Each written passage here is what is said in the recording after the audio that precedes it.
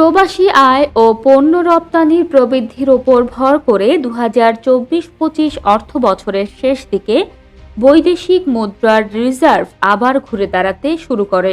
বৈদেশিক মুদ্রা আয়ের প্রধান উৎসের একটি প্রবাসী আয় চলতি 2025-26 অর্থ বছরেও প্রবৃদ্ধি ধরে রেখেছে।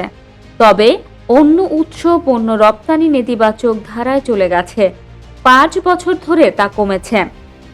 সদ্য সমাপ্ত ডিসেম্বরে পণ্য রপ্তানি কমেছে 14%, যা গত 1.5 বছরের মধ্যে সর্বোচ্চ পতন।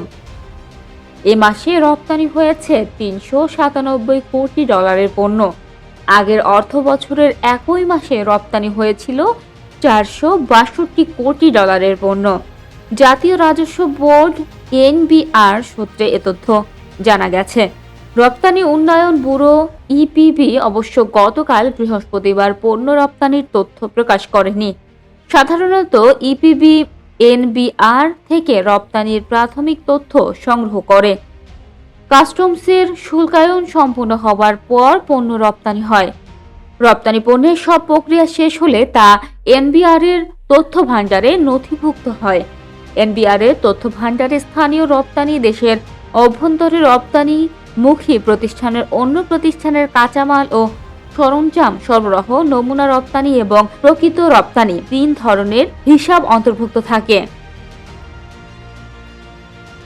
টানা 5 মাস রপ্তানি কমে যাওয়ায় দুশ্চিন্তার বলে মনে করছেন বিভিন্ন খাতের রপ্তানিকারকেরা। তাদের মতে পাল্টা শুল্কের কারণে যুক্তরাষ্ট্রের বাজারে পণ্যের দাম বেড়ে যাওয়ায় বিক্রি কমেছে।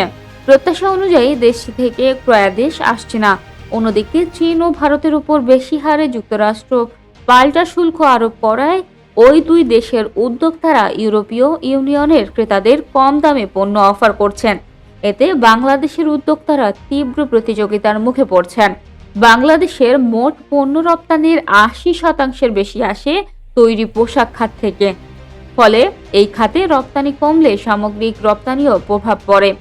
গত আগস্ট থেকে নভেম্বর পর্যন্ত টানা 4 মাস তৈরি পোশাকের রপ্তানি কমেছে।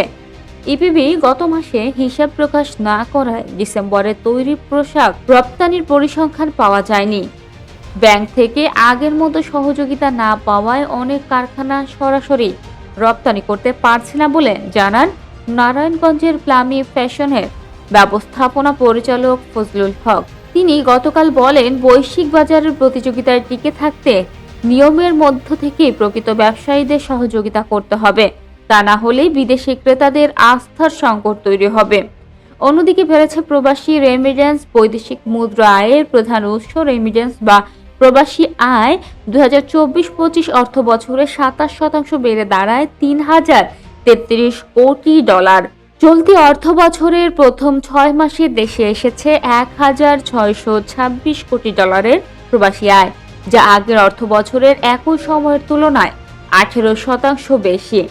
গত অর্থ বছরে পণ্য রপ্তানি হয়েছে $4828 কোটি, যা তার আগের অর্থ বছরের তুলনায় 8.5% বেশি। তবে ইপিবি ও এনবিআর এর তথ্য অনুযায়ী চলতি অর্থ বছরের প্রথমার্ধে পণ্য রপ্তানি হয়েছে $2400 কোটি, যা আগের অর্থ বছরের একই সময়ে $2452 কোটি তুলনায় 2% কম।